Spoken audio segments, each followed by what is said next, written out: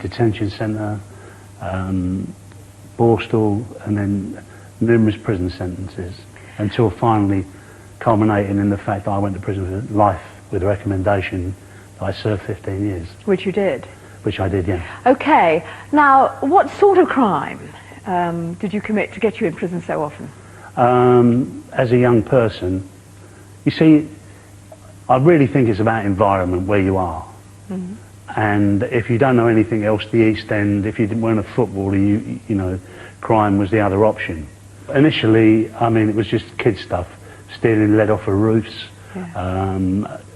Some burglary, and then going into a kind of a contained environment with other kids of the same ilk.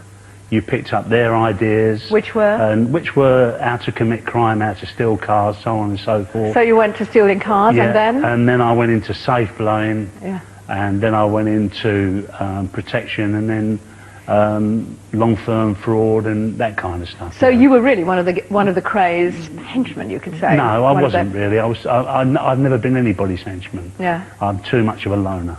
Yeah. I got involved with the Krays because my brother was involved with them. Okay. He was on the firm, and I quite enjoyed their company. Because? Because there was an element of, as John Pearson would back me up here, because he was also in their company. Yeah. It was a controlled environment. Yeah. There was no violence.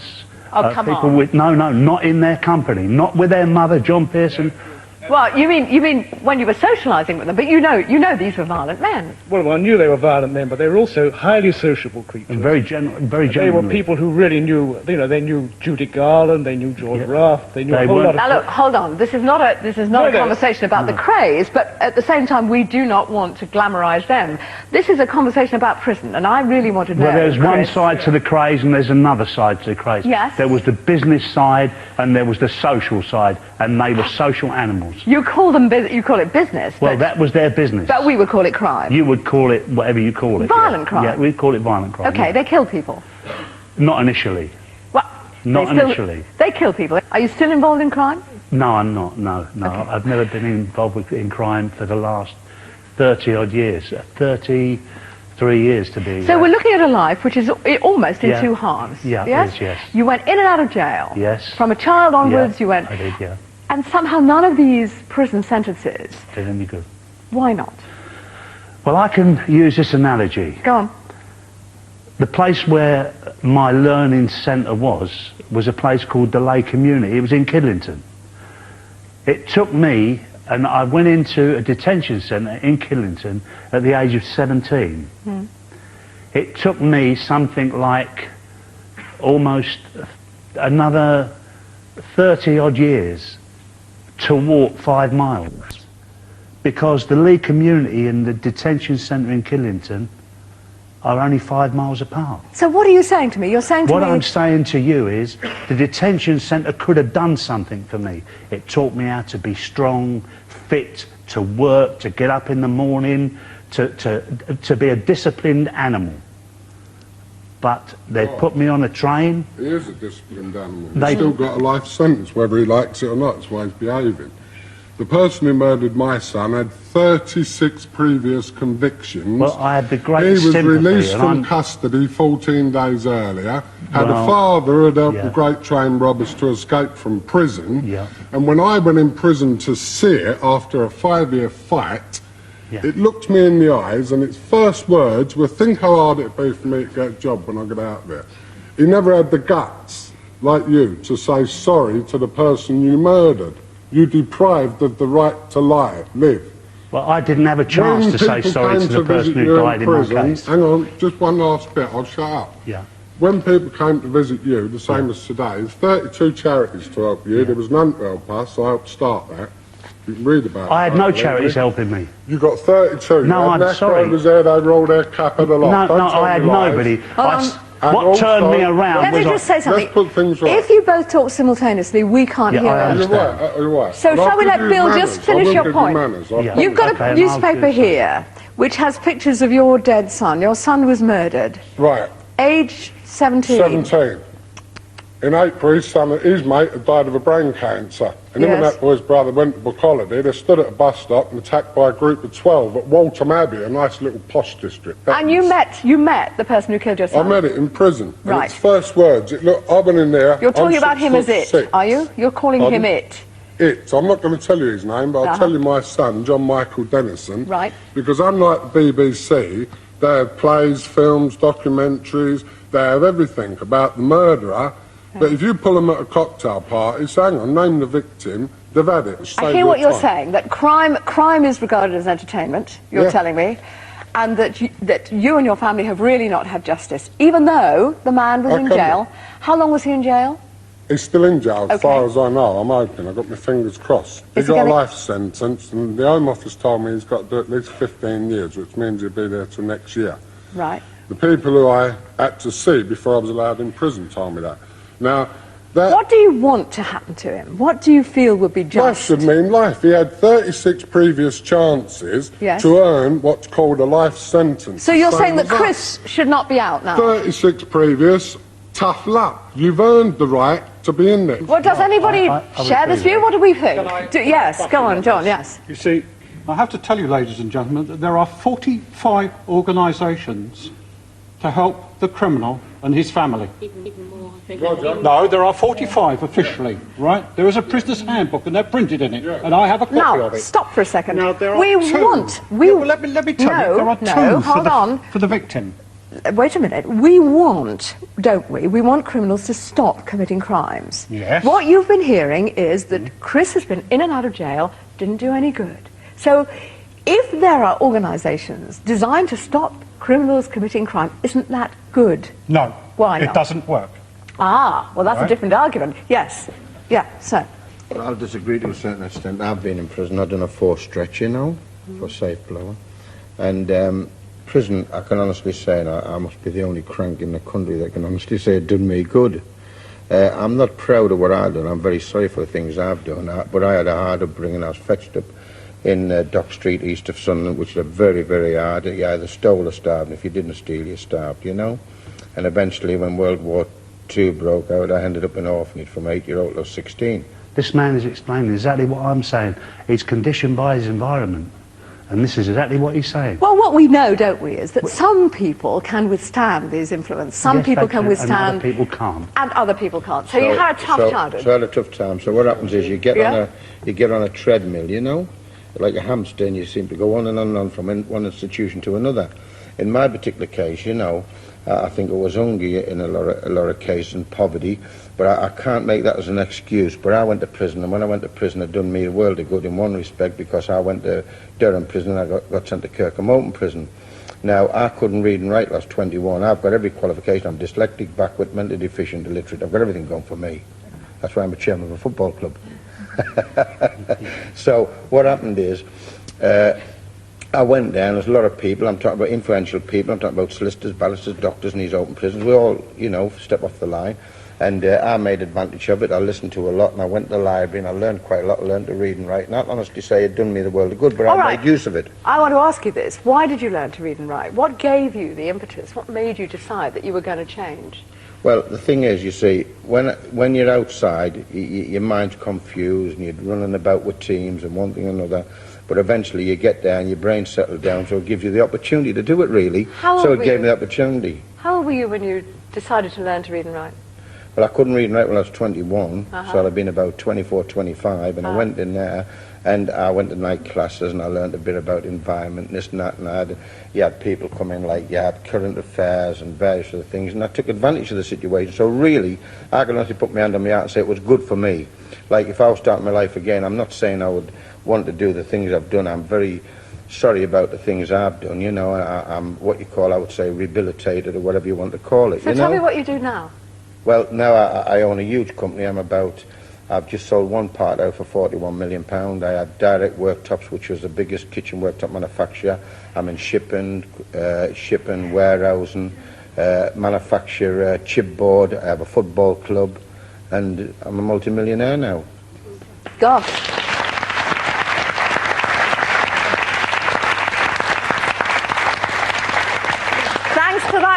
Thanks to the prison where you learnt your skills. You see, it was a Catholic priest who put me on the track, really, you know. It was very good because he got hold of me one day. I was in all the fiddles, you know. I was getting a bootleg and a whiskey and everything else over the way, and I had a bookies business. I went bloody bankrupt.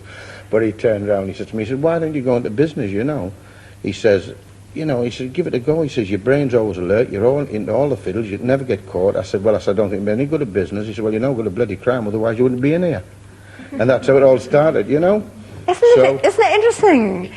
And yet, up to that point, you've been in and out of institutions, you've been committing crimes, and you'd never had somebody who actually challenged you in that way and said, come on, you're better than this. What do you think, madam? Well, I think, first of all, it's admirable that you have turned your life around in the way you have. Yeah. But, and obviously, before I start, I do come from the extreme viewpoint, being the secondary victim of murder. What does that mean? My husband was kicked to death outside our home for sport. For fun. By? By a 20-year-old neighbour, initially assisted by a 14-and-a-half-year-old local scumbag, and coming home rather than he'd had a few drinks, been out with his pals, and come home unable to defend himself, and was set upon, and I actually walked down to the end of the path and saw his prostrate body with the cerebral fluid coming from all the orifices, and that is a sight that will stay with me till I go to my grave. Now, did they go to jail for that? The 14-and-a-half-year-old got, they could only do him with assault, regardless of the fact the man is dead. The 20-year-old got a life sentence. He can apply for parole in 2006. I only wish I could get parole. So how do you deal with the fact that somebody has killed for sport, a neighbour, because they don't like you because you told them off as a child for making noise, and so on? And what is the answer to this? There isn't. Well, you see, I'm not sure that there is an answer, but obviously from the victim's point of view, they can't give us our loved ones back, and we don't want them back in society. Your conduct is the rent you pay for your place in society. And as far as I'm concerned, he should, first of all, I would have liked to have seen him executed. But failing that, he should spend the rest of his days in prison. He has shattered so many people. He will come out, if he gets his way, he'll be out at 30. He can start his life again. My life is ruined, and so is all my family's. And it's the same for millions of people like me. I'm not alone in this. So let's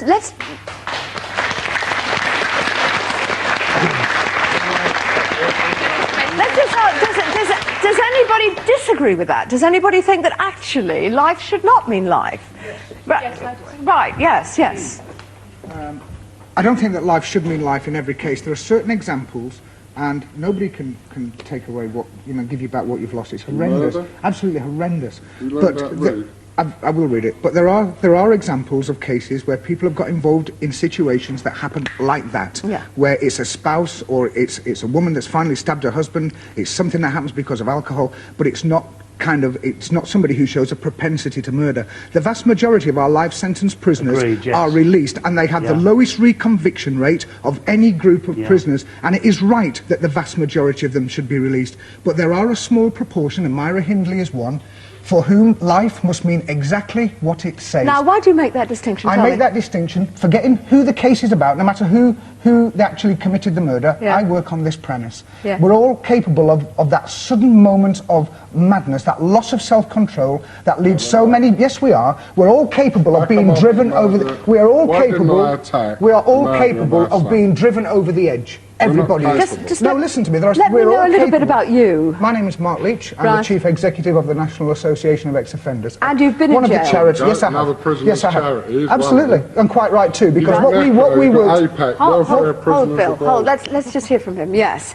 The object of the organisation that I chair, which is a national charity, is to use our experience as people who have come out of prison and reformed to help to reduce crime. Have you taken part in violent crime? Yes, I have. So the reason I ask you this question is that I'm not sure that everybody would agree with you, that everybody could become violent, that everybody has got that in them. That's my opinion. I'm entitled to it. You are entitled, as other people are, to disagree. One moment. I didn't interrupt you while you were talking. Kindly extend to me the same courtesy. Hang on. You'll get your chance. I listen to you. It's a horrendous story you have to tell, and nobody can give you back your son, right? You have my full sympathy, but I didn't kill your son, right? So kindly extend to me the courtesy that I'm extending to you, right? But you would exclude Myra Hindley? I would exclude anybody who has killed for a second time. If you show a propensity to murder, then we are entitled to say that life must mean exactly what it says. For what Right, reason Chris. do you do...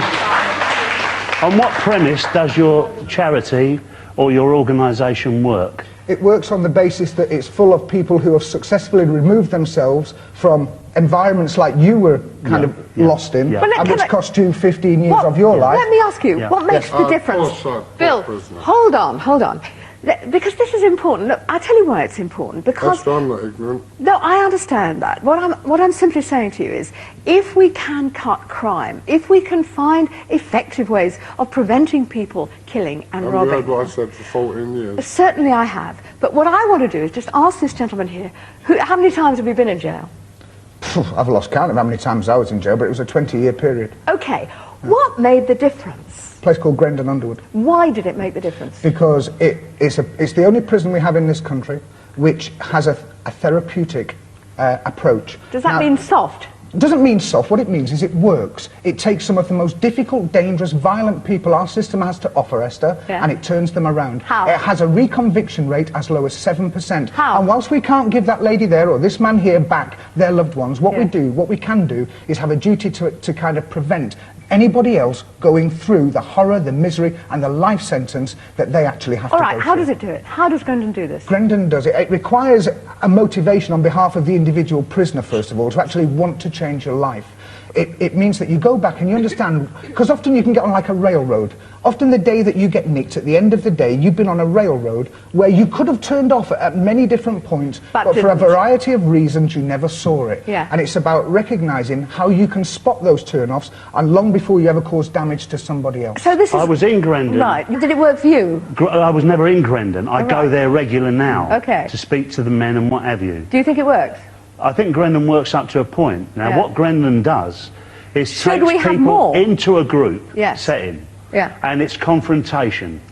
And I'm talking about severe confrontation. So it's not soft? It's not. Believe me, Grendon's It's tough. not If you soft. don't I was get in there, 62 you're kicked prisons, out. and Grendon was the hardest prison that You I ever ever went went to, into, because yeah. there I had to face myself. I had prisoners telling me, "What are you shouting at this other prisoner for? Why are you abusing that member of staff?" In another prison that wouldn't happen. They'd go, "Yeah, it's well Get done, on. do it." That's- But in Grendon, the atmosphere is one Exactly. where you are allowed to change. Nobody wants to go back to prison. The man behind me is a member of the Prison Officers Association, right? And he will tell you that the phrase prison officers tire of hearing is, "That's it, boss, I won't come back." But they do come back, not because they want to, but because they're discharged into a society which never gives them a chance, and because they don't have the skills to survive. Okay, well, let me ask you, why do you think people do reoffend? What makes the difference?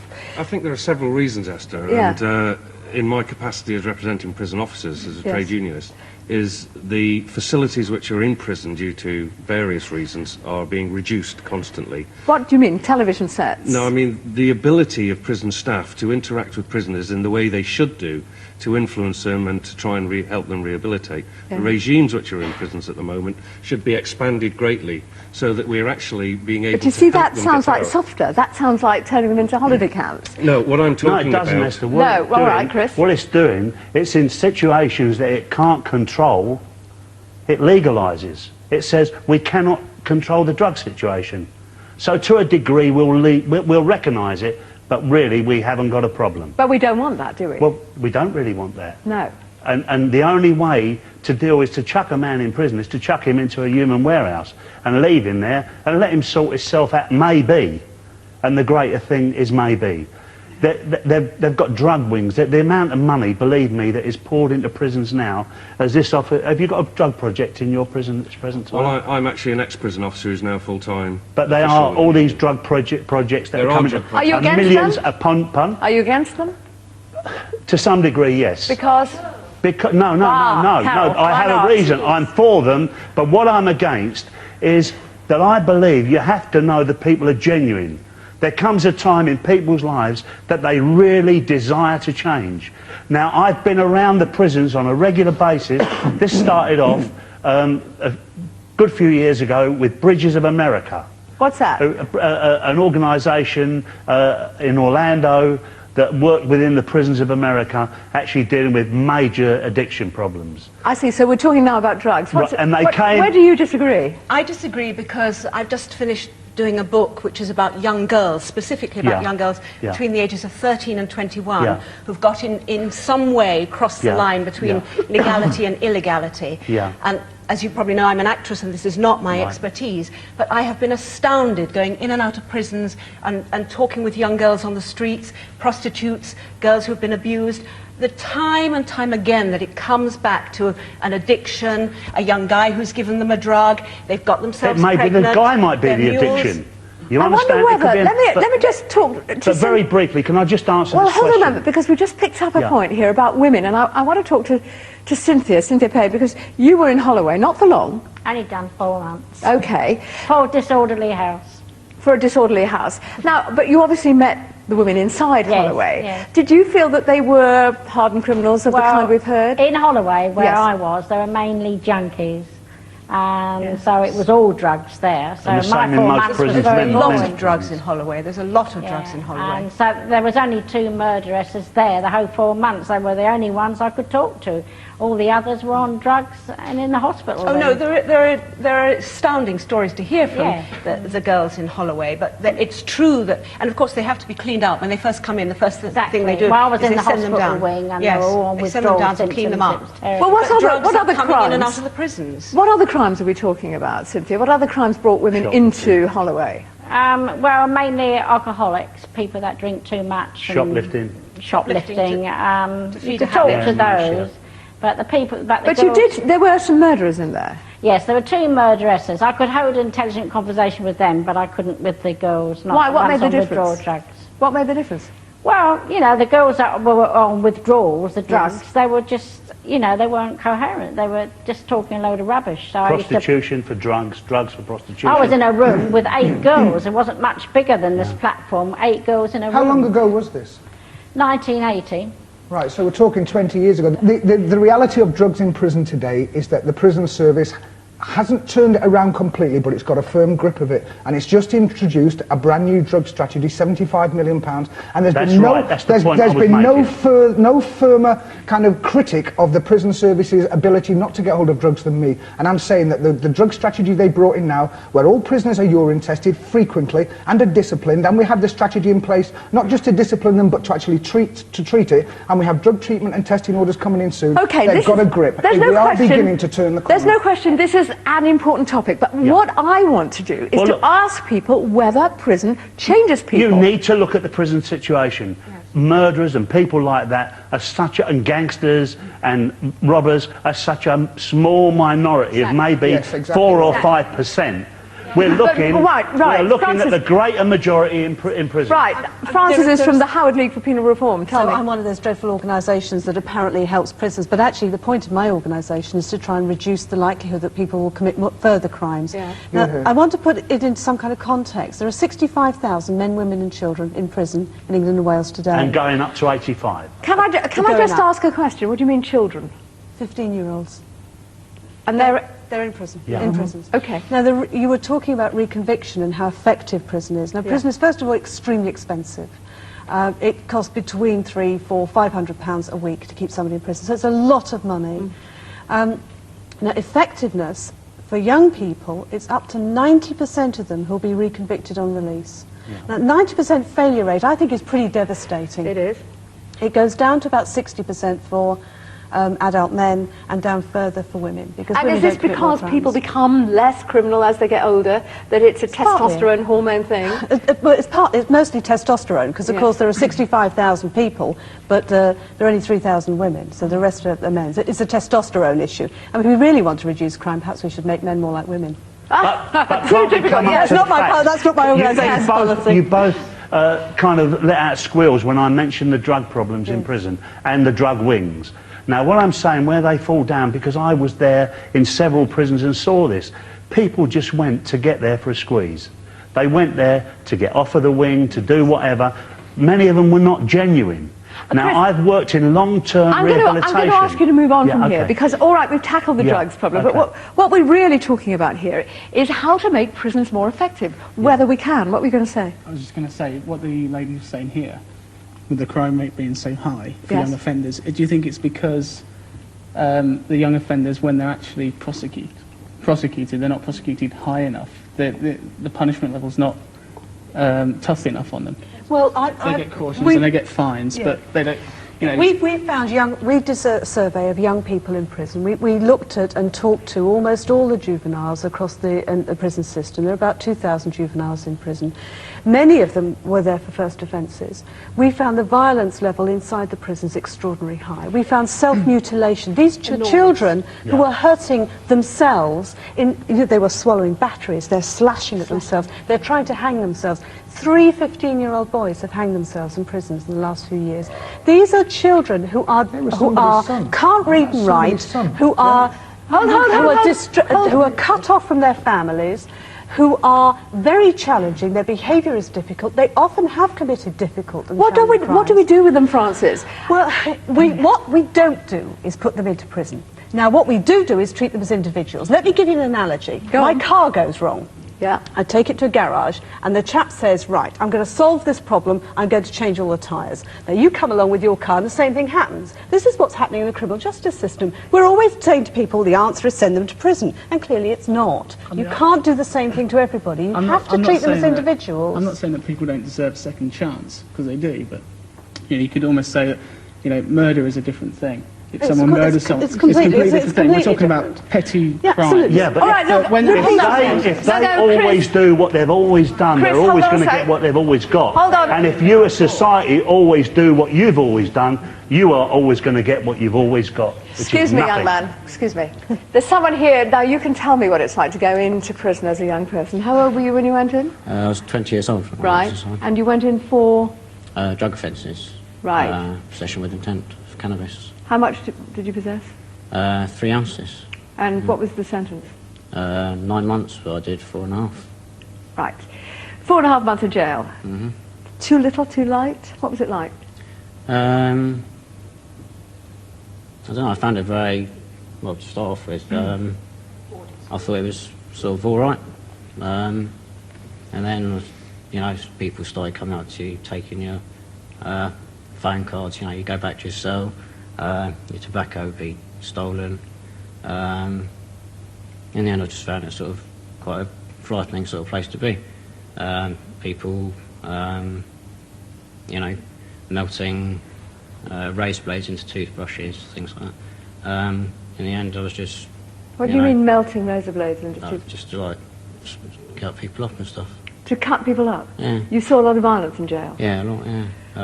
People just there's one chap who had big nose, 3 people just taking it in turns to see who could be first to make his nose bleed, stuff like that. I just found I was standing up against the wall, not wanting to, get into a situation where I might, sort of get attacked or something. Had you ever been involved in violence yourself? No, not really. No, I wouldn't say so. No, I come from quite a good family. Lived abroad, got half my life, I suppose. So what would you say about prison? Clearly, it can be quite brutal. As one of the women over there was saying, that the young offenders, I think they find it's macho, and they think they get respect. And the re-offending young offenders, as they come out of prison, they think it's cool sort of thing. Right. What did it cause you to stop taking drugs? Did it have that effect on you? Did it work as a punishment? No, it just made me more aware of situations where I wouldn't have to put myself into violent situations, I suppose. Right. Doesn't seem very effective. What's your point of view, Bob? Tell us. First of all, tell us a little bit about you. You've been in prison. Yeah, I've been in prison. Yeah. Right. I spent 18 years drifting out of the system. I became more of a career prisoner than I became a career criminal, if you like. All my crime was property crime, very much like Chris was talking about. But I became very institutionalised, and I relied on the prison system to keep me going. You wanted to go back to prison? Absolutely. I've been in positions where I put myself back in prison. How? Well, one evening, I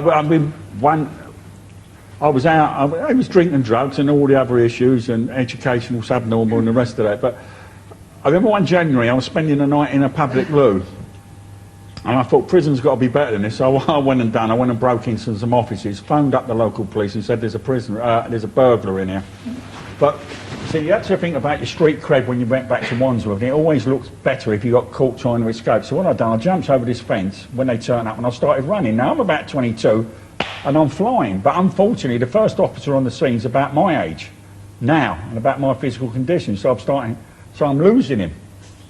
So what I've done, I've started to slow down, and he's sort of, and eventually it's like an action replay until he caught me and we collapsed, and he's trying to blow his whistle, and I felt like blowing it for him. But I mean, what the system done, yeah. It took away the responsibility I had for my life. Now, I do respect these people that are victims of murder, and yes, prison's an appropriate place for people that commit atrocities like that. But I'm saying about people like me who are short-term recidivists, they still perpetuate prisons at times, you know, and it took a long time getting out of that institutional habit. So what did you actually need? What did you need to make you, if you like, a responsible citizen, to make you take responsibility? The problems I had was living within the community. So the best thing for me should have been able to live in the community in a controlled environment, like in a bail hostel, probation hostel, something like that. So you never went, you never went into a half, he should have had. Yeah. Congratulations to your good self. After fighting, when I had our son the murderer, had 36 previous convictions, I turned around to prison officers and said, well, you ain't done your job. And they let me go into the prison, Felton Youth Custody Centre, and speak on and off for a year to the inmates. Can I be fair to the prison service? When you got and you know, the inmates shook my hand afterwards and thanked me, but many of those, they never had parents at the time, they had troublemakers, and Felton was a good way of running away from it. Okay, well, absolutely, but just one second, Bob, because now you've sort of changed your tune since the beginning. No, wait a minute. I'm telling you the truth. Hold on, that's okay. People are allowed to, you know, develop arguments. I'm not saying you've changed your mind. You've developed your argument. You say you went to Feltham. I've been there. That's the Institute for Young Offenders. Yeah. And the young people you met there had rotten backgrounds, did they? Rotten childhoods. One, for instance, was from Vietnam. Yes. And when he got here, there's a typical Vietnam crowd. They're hidden in the city somewhere. They gave him an immediate £600. Yeah. They came round his house and said, we want £800 within the next 14 days. The only way he could escape that was to get himself arrested and put into Feltham. Yes, Carol. I'd like to just very quickly tell a story of one of the girls that I've worked with for this book, and I'd also like to ask the gentleman who's now a millionaire how much money he's given back into the system again to help rehabilitate people. Right. Because I think talking about murder and crimes that are so atrocious is one thing. There are an awful lot of people who are within the prison system, which is the majority, I think, who are caught like you within a rut, and they're institutionalized and they can't get out. I've been working with a girl for this book who, as I've talked to her over the last couple of years, her story is she was abused by her father before she was 3. She witnessed her father being murdered at around the age of 3. That man is now in prison. She was then institutionalized herself. She was abused. She was in prison. She was shoplifting in and out of childcare. She was in prison in Holloway when she was 14 for GBH. She came out at the age of 17, I think at 18 when I first met her. She was 4 months out in London. She was dealing drugs in North London somewhere. She dealt drugs to some guy who lived in the same building as she did, who was high on whatever crack or heroin. She was also out of it. She went down to his flat to sell him some drugs. He put on a tape of child porn, and he touched her, and she went berserk. She ran into the kitchen, picked up a knife, and murdered him, knifed him, killed him. That girl went into the system. She went to the Old Bailey. She was accused of murder. The judge, who I think is a broad-minded man, said, I think this is a manslaughter case. She was charged for manslaughter. She was sent to a closed, secure hospital. They took her off her drugs at the hospital that Holloway had given her, and she went berserk because she had no drugs. She didn't know why she was off the drugs that were keeping her calm, and she attacked a nurse. The secure hospital sent her back to Holloway and said, this girl is violent, we can't deal with her. Holloway sent her back to the Old Bailey. She was charged for the original murder and given life for murder. She has since been going from one prison to another, and she can't find anybody to talk to. 3 weeks ago, I saw her. She tried to commit suicide twice in 1 week. How old is she now? Slashed herself to pieces. How old is she now? She's 20. She's 21 this month. I like my case please, load. just let me just No, I finish like my this. case load. I like that. Wait, no, No, my point Hold on, we're going to let Carol finish about finish. this girl is that yes, she's done something that's atrocious, and I think it's now beginning to come home to her, and she's grieving, and that's why she doesn't want to live, because she can't face herself. But she needs rehabilitating. She needs someone to help her. She said they asked her mother to come and visit her. They said, we'll pay your fare, and we'll put you up in a hotel, and the mother said no.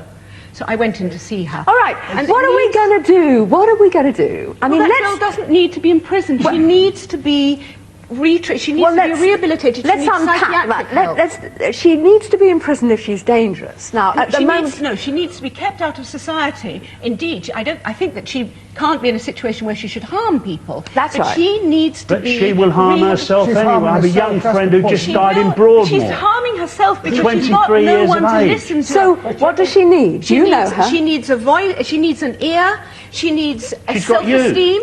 Well, I mean, I'm not a professional. I'm doing this because I care for the girl. How did you get involved? I just want to know how Carol got involved in this. How did you get involved in this? Because, very quickly, I was writing a novel and I went to Brazil to work with street girls because I wanted some background to the particular Mapping the Heart, the novel I was writing. And I was so touched by the street girls that I worked with in the rehabilitation centre. It started me thinking about young girls who are marginalised and who can't get out of the rut. So your interest is women who get into the system. What were they doing in Brazil? Let's get to the point. What were they doing in Brazil that impressed you?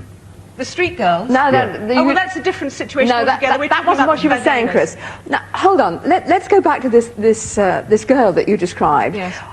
She's only 20. Yes. She has been the victim of a number of tremendously violent and traumatic experiences. She's definitely, there's no doubt that she is psychologically damaged. I'm not saying that she's not. So where should she be to keep her safe and to keep us safe? I think she needs to be in a hospital where she is being cared for, but to just take her off her medication doesn't seem to me to be the way to deal with her.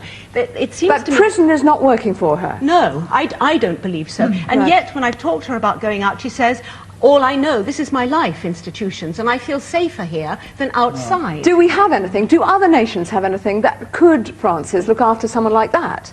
Other nations, particularly in Europe, have a more compassionate and more imaginative response to crime in many cases. Do we lock up more people than yes, other? We do. We have an enormous imprisonment rate. And most of the people who go into prison every year, often for a very short period, have committed minor offences, property offences. The overwhelming majority of people Property go to offence prison. still matters. Oh, I've been burgled twice. I mean, it's horrendous. But the most of the people who go into prison, it's criminal damage, it's fine default, Are these people like Bob? paying television those are, hang on a minute. Okay. This is quite difficult because dealing with statistics is very easy to muddle the water. Yes. Many of the people in prison today, Yes. about 20 or 30% of them have committed offences involving violence. That means that the majority have not. Yeah. But over a year, 200,000 go through the system who haven't committed serious and violent offences. Now, they are a nuisance. What do we do with They're them? difficult. Well, What do we do with We them? put them Bob, what do we do with them? lots of things. Wait a minute, let's take it There are easy. lots of things Bob, we can I'm a probation officer, and my caseload is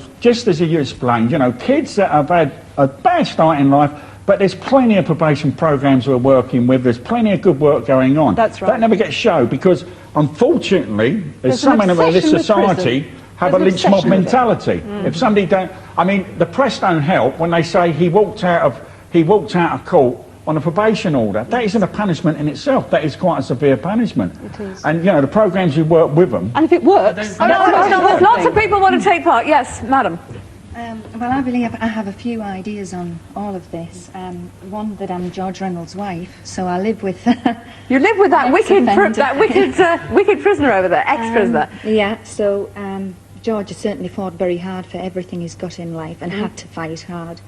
He was in an institution, he was sold into slavery at 8 years old. He's What do got you the mean? bill of sale. He was sold for £100 by the local authority during the Second World War Is this the orphanage he was talking about? into slave labour. Yeah. And he was punished and hurt very badly, then had to learn to fight his corner to survive. He was always a strongly ambitious boy, and the only way I think that he thought that he could get out of this was to go into crime and to get out of the bad situation he was in. But it's never the only way, is it? I mean, there are lots of people It's that not suffer the only way, all no. kinds of hardship and deprivation they don't take to crime. Yeah, I do agree with that. But at the time, the way George saw it and the people he got involved with at the time, he saw them living a great life. He got involved with the local gangsters. He thought, this is better than what I've come from. And he got into safe blowing and stealing. But prison was his salvation. He's already told us that. The prison was for him. It was. The thing that turned the corner. Yes, Carol. That's because yes. he was very fortunate and met somebody. There are amazing people working within the prison systems, and I think that's an important thing that we haven't said. I have met some inspirational women, because I've been working with women, who really are looking towards rehabilitating, inspiring, self-esteeming, and you were one of the fortunate ones, it seems to me. You said, yes, yes.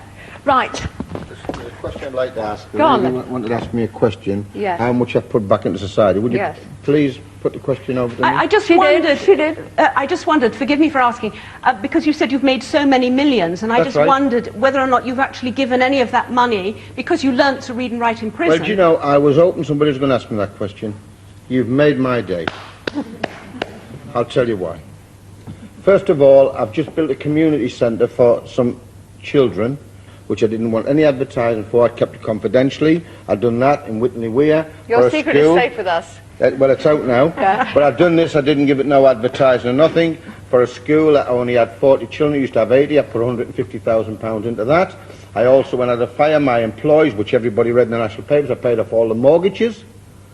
And also I've rewarded all my employees who work hard, who come from deprived areas where they've got kids to feed and everything else. I bought them new Mercedes cars. And I put an awful lot back into society. Okay, I understand Now that. we'll go back to the prison side. What about prisons? Yeah. I was hoping you were going to ask that one. Go on. Right. I get, my wife will tell you, numerous, I'm not going to go into names because it's wrong for me to do so. I get numerous prisoners come to me because they read up on me and buy things, write me letters and things, and I sort letters out, who's good, who I think is genuine, who's not. And I give a lot back into society. Yes? Esther, I've heard a lot of views here today, and fair play to you for what you've done. You're writing a book. Who's written anything about the victims? And what I would like is a minister for victims. A minister for victims. We've got a minister for sport, culture, heritage, women. Okay, well, all right, I'm going to appoint you. Can I What about victims No, the first thing I'm going to do is I'm going to appoint the first Minister for Victims. What's the first thing you're going to do, madam? I've appointed you. Right. We want the Lord Chancellor to... want a ministry where we have statutory rights for the care and the resettlement of the families, those secondary victims who are left to stumble along with their broken, shattered lives. We want equal rights to those of the accused. Right. We want financial help and counselling for those who are left behind. Yes. And we want to be consulted when matters arise that are being discussed in Parliament which relate to the treatment of the offenders and the way the families are looked after afterwards. All this is very sensible, but you're not doing anything about the criminal, and I want you to stop him, usually him, isn't it, committing the crime again. How are we going to stop him? Well, I think sadly we have to admit that we will never ever be rid completely of crime. Right. Obviously mine is a very extreme view because of murder, and I'm not going to hang a shoplifter. And fair enough, I've never known a child die for want of a pair of designer trainers, whereas a child will die for want of food. Yes. But we have to look at the crime, and criminality starts somewhere. And yes, we do need a lot of reform. Where did your husband's murderer? Where did that? Well, he was a ne'er-do-well as a child. From 13, he never went to school. He lived right opposite me. He was never going to amount to much. 5 stars in a burger chain, maybe, if he was lucky. And well, you say he was never going to amount to much, but you sound as if this is something which could have been helped earlier. In other words, the signs were there. Yes, but you need parental control. Yeah. We're becoming a society with no moral compass. They have the children, and then society brings them up. They're dragged up on the streets. There's no discipline. There's no discipline in schools. They're frightened. They're frightened to discipline. Well, I've got an answer to that one. A police officer who is a friend, his son is a friend of my son. The officer chastised the boy for smoking and what have you. He went into the school and he reported his father to his teacher. The teacher reported him to the social services and also his superior. He's on the carpet in the superior, and the social services are investigating the police officer. All right, well, let me ask My Eva. son was murdered in the hospital, and That's the newspaper cutting. A year after, the reporter roamed around free, picked up instruments, went in any room he liked. Wait, now hold on. Let me just ask you a question. How was your son murdered in the hospital? He was at the Royal Free. Just had a hemorrhage. He started hemorrhaging. He had a pile, operation. Yeah. And he should have been coming out. But they'd already got him in cells for a weekend on a lot of bumped up charges. Who had? The gang that shot him, the one who Graham was working with, who was his partner. And so he'd got into bad company, had he? Oh no, he'd been working with him. He was his, the two of them like. So your son was shot when he was actually in the hospital. He was at the phone, and that was arranged as well. All right. Now the people who shot him. Target. The people who shot him, are they in jail? Oh yeah. Right. But the girl that did it was a contract killing. She's only got 12 years. 12 years. I think it's disgusting. How long would you want? And the mother came up to me while I was in the Old Bailey. I'll never forget, she leant down in front of me. She said, "Are you Mrs. Woodhatch?" I didn't let anybody know who I was because I wanted my wits about me listening to all what these scum were coming out with. And I said yes. And she knelt down in front of me and got hold of my hands. And she said, "Mrs. Woodhatch, if I could bring your son back to you, I would." She said, "What my daughter did was a terrible thing and she can pay for it." Of course it was a terrible thing. Years. But 12 years. How long would you want? Well, I think she should get more than that. Yes. I think life, that was supposed to have been life. So how can you call that life? I've got my daughter now with cancer. I've got a tumour in my head. Yeah. I lost my husband 3 years before that. He'd been a POW out in the Far East. And his last words to me were, "You'll always have Graham looking after you." Right. We have a corrupt Did society. I didn't even But get why have we got a compensation. corrupt society? Because we've I allowed didn't the even get boundaries to be compensation. pushed and pushed and pushed, Hold and on. we've legalised it. Hold on. It's okay. Hold on. We're all talking at once. People won't be able to hear us at home. And the one who'd done it, who organised it all, Yes. Paul Tubbs, he came into Graham's office one day, and he was How long did he get? Was he convicted? He got 15 years at first. Yes. No, 16, and the other one, Bridges, got 15. And what now? They came up for an appeal. Yeah. And when the judge didn't like what he was hearing, he fainted, Tubbs. He gets rushed off to St Thomas's Hospital. More than what my son did when he was lying there in a pool of blood. Was the sentence extended? Yes. Yes. To what? They came back again, and the judge extended his sentence to 25 How much? years. How 25 years from 16. He said, "I've heard enough of his lies." Right, so the people who murdered your son have now got 25 years in jail. Yeah, and the other one's got Well, 20. that's a very long sentence. But will they stay there? He'd already done a crime. He came into my son's office. So what are we going to do with them? I mean... Prevention. Yes, all right. How are we going to prevent it? That's the crucial thing. That's the question. We need to put, first of all, we need to put discipline back into society. We need to get some moral fibre. We need to teach children right from wrong. We need parental control. We need control from schools. We need a police force, not a police service. That's my hospital report. A load of lies. You can keep that, Esther. And if I can just say one thing, I heard a gentleman once who he'd never committed a murder, but he'd been in and out of prison for many times, and he told me about the loneliness of the cell. And I'll give you a definition of loneliness, ladies and gentlemen. It's a woman standing by a grave on Christmas morning, putting flowers on a grave instead of putting socks under a tree. I'll never forget Right, that. yes, John, yes? It strikes me. And the smell from his coffin where Yes. they filled his It bottle strikes full of me that we are talking about dealing with criminals, and there seems to be far too much sympathy for the criminal and far too little for the victim.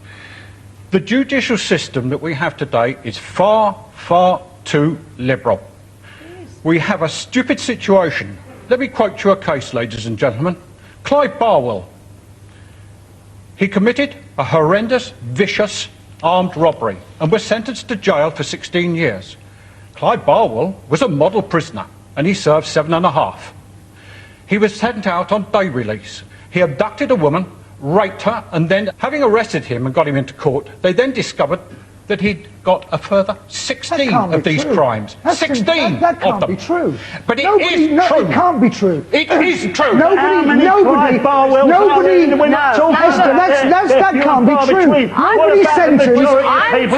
Nobody sentenced to 16 years can get out in 7.5. That is totally and utterly untrue. It simply cannot happen. I'm terribly interested. Happen. Don't come in telling lies. I'm terribly not talking about doing anything for these people. I'm terribly interested. You're on your own Be issue. quiet, Chris.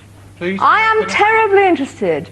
that all the guests in the studio who tell me and tell our viewers that they're concerned about violence seem able to lose their temper at a drop of a hat and shout at each other in a way that I have not experienced in this studio before. It's an emotive... Now...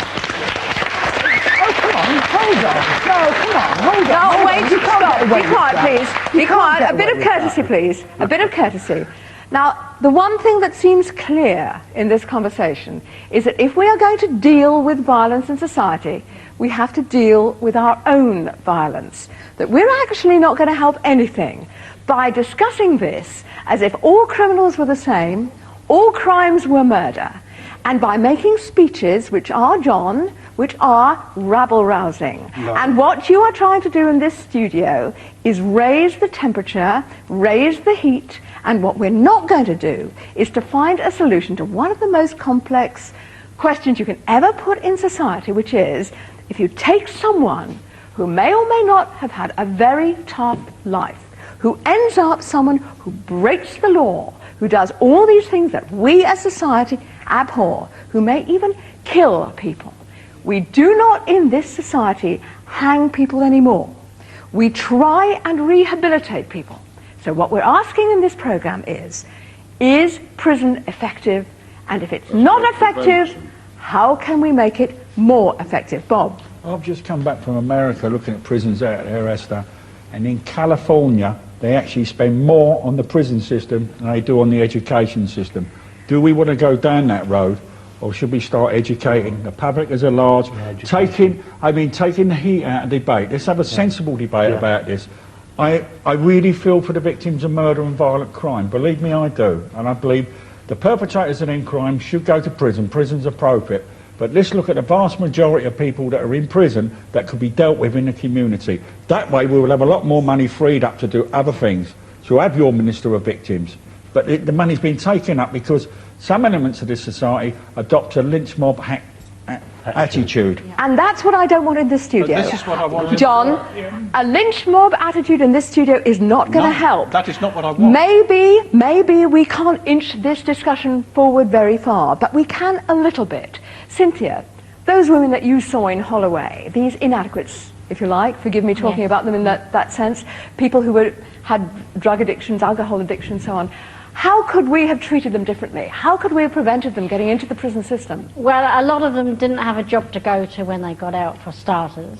I was very fortunate. I had my house already paid for, so I had accommodation.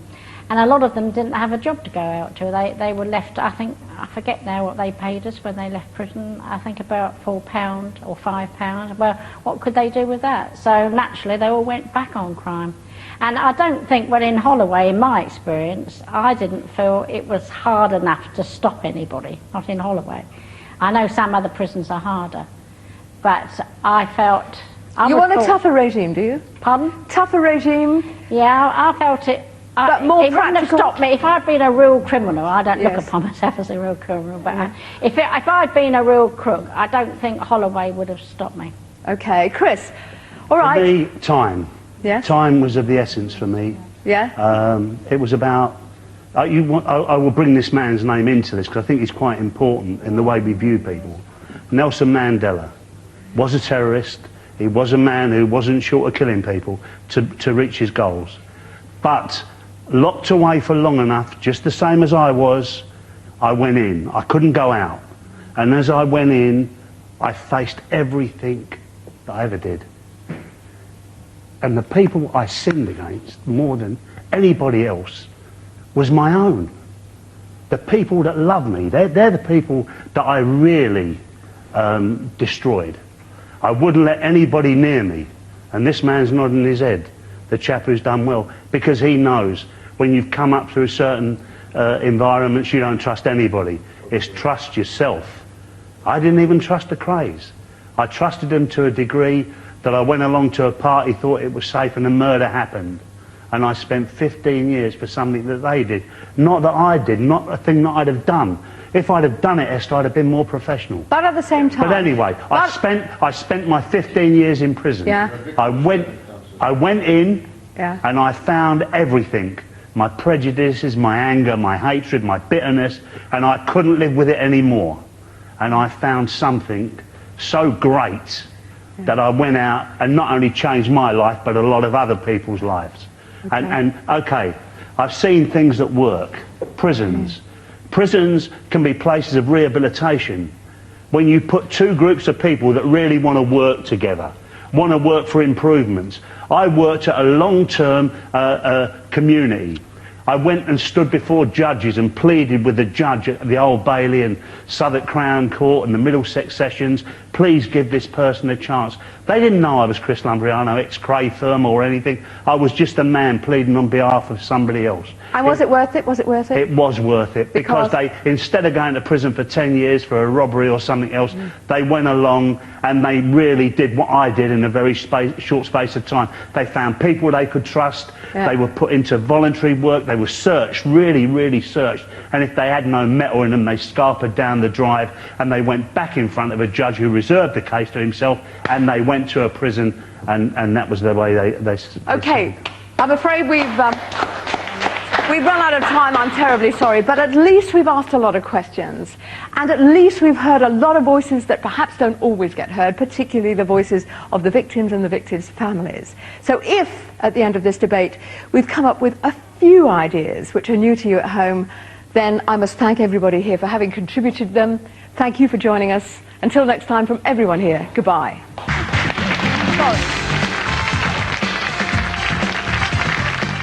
Sherry's doing it, Madonna's doing it, and Hollywood actors are notorious for it. Tomorrow, Esther debates late parenthood at 3:30. Next this afternoon on BBC Two, Ready, Steady, Cook.